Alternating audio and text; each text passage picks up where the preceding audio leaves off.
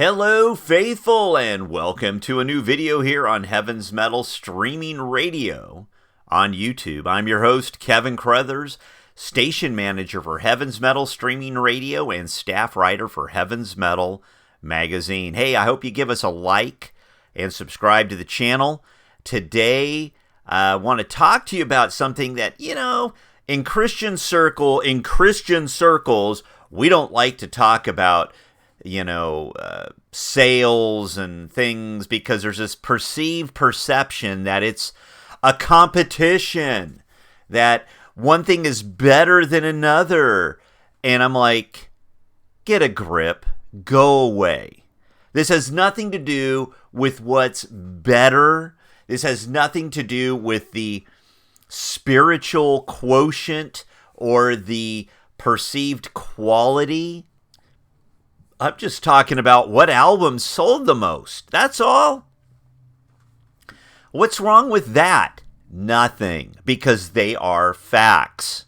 Really? Come on. They're facts. And it starts to kind of get wondering, going, well, what is the biggest selling album in Christian circles that is hard rock metal, that whole grunge, new metal, heavy metal, hard rock? What is the biggest selling album of all time, at least up to this point, right? So, I've been kicking this idea around for a while because I know people, they freak out. Oh my gosh, you're judging. You're doing this. It's like, get a grip. No, we're not. And if this kind of discussion bothers you, you can go somewhere else. Can I just be that plain? Oh, I think I just was. So you're still listening. You're here. And look, man, I'm a nobody. And I've always loved music. I've always loved, Christian music. If there is such a thing, music with a Christian point of view, that Christian content lyrically, whether it's explicit or implicit, whether it is in your face or if it's more in a hug, So, yeah, I started doing some digging on this. And, because in most circles, particularly when it comes to the Christian part of things, when it comes to album sales, they don't sell much. Not anymore. At least back in the day, a good seller would sell 100,000, 200,000, maybe 300,000 records, unless you were Amy Grant or maybe Michael W. Smith or Stephen Curtis Chapman, where you were getting over that 500,000 or million mark. Those records by those artists sold a lot. But in what we're talking about, not so much. Usually, back in the day, it was, oh, you're a Christian rock band? Go stand in the corner, please. Just go stand in the corner. We'll call you if we need something, maybe. Close the door, right? So I started doing some digging, and I thought, well, who is the biggest, who does have the biggest selling album in this context? And what better place to go to but the RIAA, the Record Industry Association of America. Whether you like them or don't like them, that is the place where albums get certified, whether they are gold or platinum. Gold, in the United States of America, gold albums have to have sold 500,000. That is 500,000 copies or more. In order to become a platinum certification, it needs to sell at least 1 million albums, copies, or more. So back in the day, a platinum record sold 500,000 records, CDs, and cassettes. All of those things together. And if there were 8 tracks, units is basically how they described it. Was 1 million units or more, 500,000 units or more. In different countries, platinum and or gold have different designations as far as sales. So a platinum album in Sweden is not the same as a platinum album in Canada, and it's not the same as a platinum album here in the US, because it all has to do with population and so on. So I started doing some digging, and I thought, well, who would be on this list? I mean, really, who sold more hard rock records? And they were I thought Petra. Okay, really, maybe it was Petra, right? And they were around, had been around since the 70s through the 80s into the 90s before they kind of called it a day on their last album back in 2000 and 2004, Jekyll and Hyde. So I started thinking about that, and I was like, well, let's take a look at those. So I go to Petra. You type in Petra under search. You get two albums certified. So, and there'll be somebody out there, oh, that doesn't mean anything. They sold more records than that. I'm like, no, guys, maybe as a whole, but the reality is Petra has 2 gold albums. One came out in Petra Praise, which was released in 1989. It was certified gold in 1998. That's 9 years later, Word Records got that album certified. And there's a lot of behind-the-scenes type work as far as counts and stuff like that. So, that album certified gold. They also certified gold their 1990 album, Beyond Belief. Pretty cool. And it was certified gold in October of 1995. So Petra officially has 2 albums certified over 500,000 copies. And someone's going to go, well, what about since then? I'm sure they got a platinum record since then. Believe me, if they had gotten a platinum album from either of those since then, the label would have got it certified. There's no movement. That's called catalog product. It's kind of dead product. It doesn't move fast enough or often enough for it to get a recertification. It costs money to do that. The biggest selling record of all time, the Eagles, volumes 1 and 2, I guess they combined them, 38 million units sold. Period. So I thought, okay, well, if it's not Petra, it's got to be Stryper, right? I mean, Stryper, To Hell with the Devil, and Soldiers Under Command. I love Stryper. I love Petra. If you followed this channel, I've made videos for both of those bands. Stryper had a huge impact in my life. Petra had a huge impact in my life. Has to be. Well, let's think about when they're Stryper, for instance.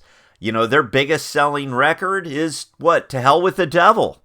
Released in October of 1986. Certified gold in 1987. A year later in 1988, it was certified platinum.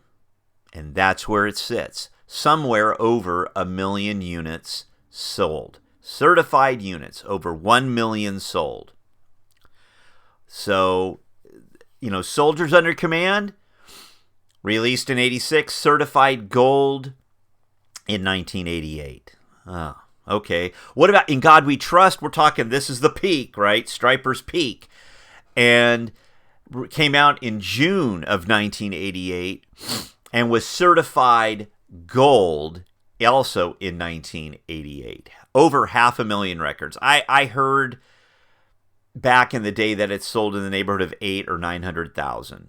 And it just kind of, like product does, it kind of just fades.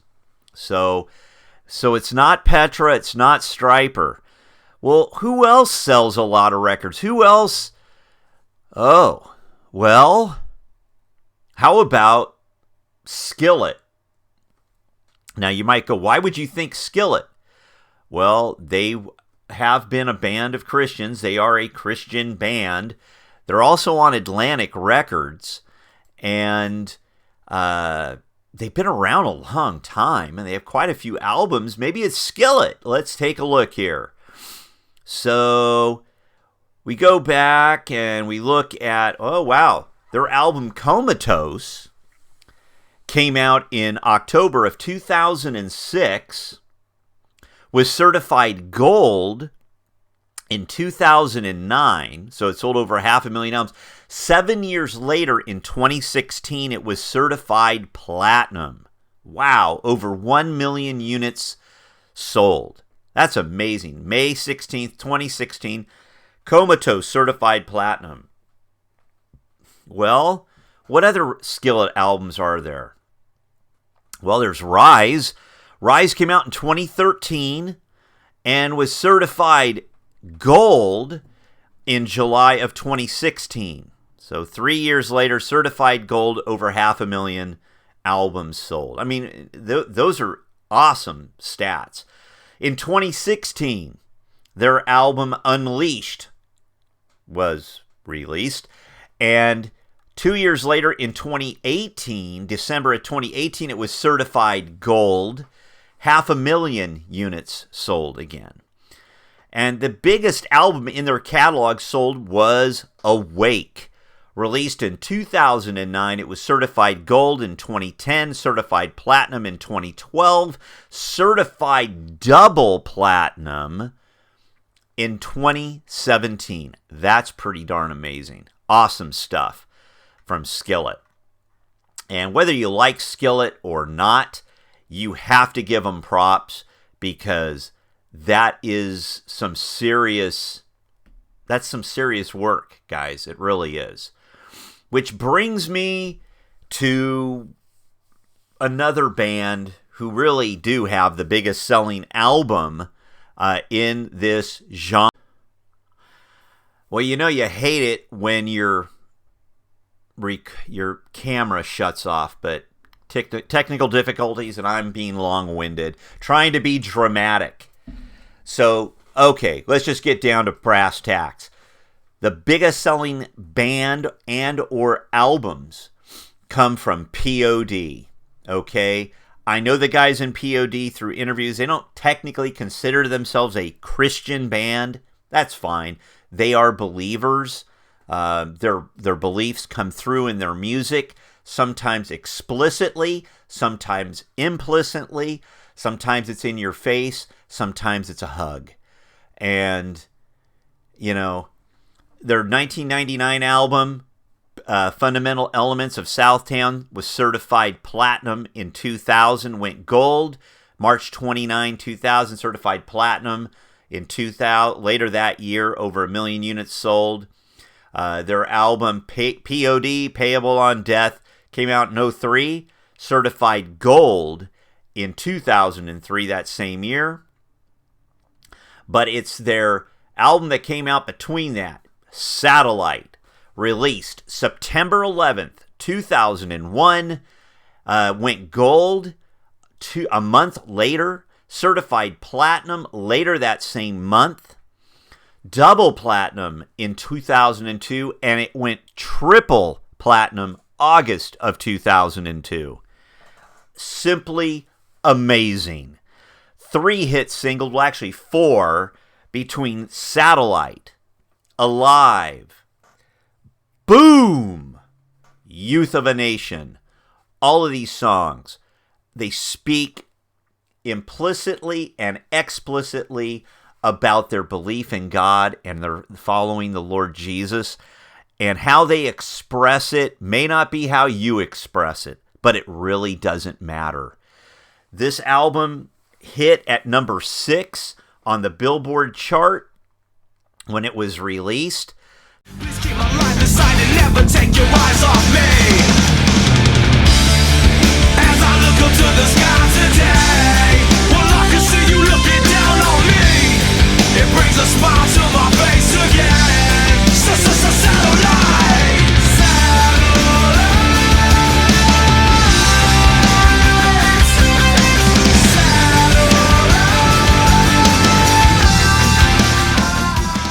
sold 133,000 units that same day.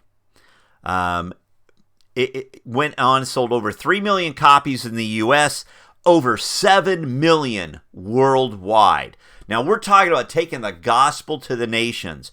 We're talking about Jesus and God to the nations. And that album did it. Really, somebody's going to throw, what about U2? U2 isn't the same type of thing as what we're talking about here in genre, okay? Rolling Stone gave it 4 out of 5. Spin magazine gave it a huge review. Revolver called it one of the 10 nu metal albums you need to own. Whether you like nu metal, rap metal, whatever you want to call it, it doesn't matter.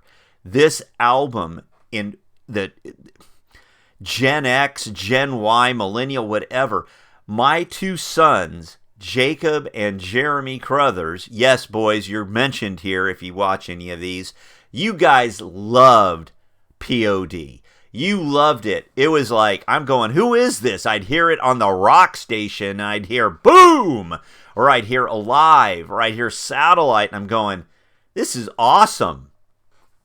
And absolutely fantastic song work. Sonny Duvall, gosh, I'm an idiot. Sonny Sandoval, lead vocals. Marcos Curiel on guitar. Trey Daniels. Sorry, guys, I'm getting tongue-tied. Trey Daniels on bass. Wov Bernardo on drums. You guys created a fantastic record. This is a classic album. All the accolades, and we're talking accolades from the non-Christian world. Usually that says, go sit in a room somewhere. We'll call you if we want you. POD hit, and they're like, the secular world is going, can we have more? Thank you, sir. May I have another? Thank you, sir. May I have another? And they did a fantastic, this album, 2000, what was it? It was 9/11. We're at a huge downturn, whatever you want to call it. And here is a message of hope, peace, and comfort, pointing the way to the God, to the God of our, God the Father and our Lord Jesus. And POD, Satellite, an absolutely fantastic album. I mean, MTV Video Music Awards, it was nominated for Best Video of the Year for Alive, Best Group Video for Alive. It was nominated for a Viewer's Choice, Best Special Effects, Best Direction, Best Rock Video for Youth of a Nation. They won a Grammy for their performance for Alive, a nomination. Best Metal Performance, Best Hard Rock Performance for Youth of a Nation. They were nominated. I mean, we're talking when your art, when your work, your art is recognized by those who don't follow or believe what you're singing about, you've done it right. And that's what we're missing today. POD, I have it here somewhere, Satellite, an absolutely classic album. This record deserves to be in your collection. Give me a like, subscribe to the channel, and until next time, please don't forget to say your prayers, and God bless.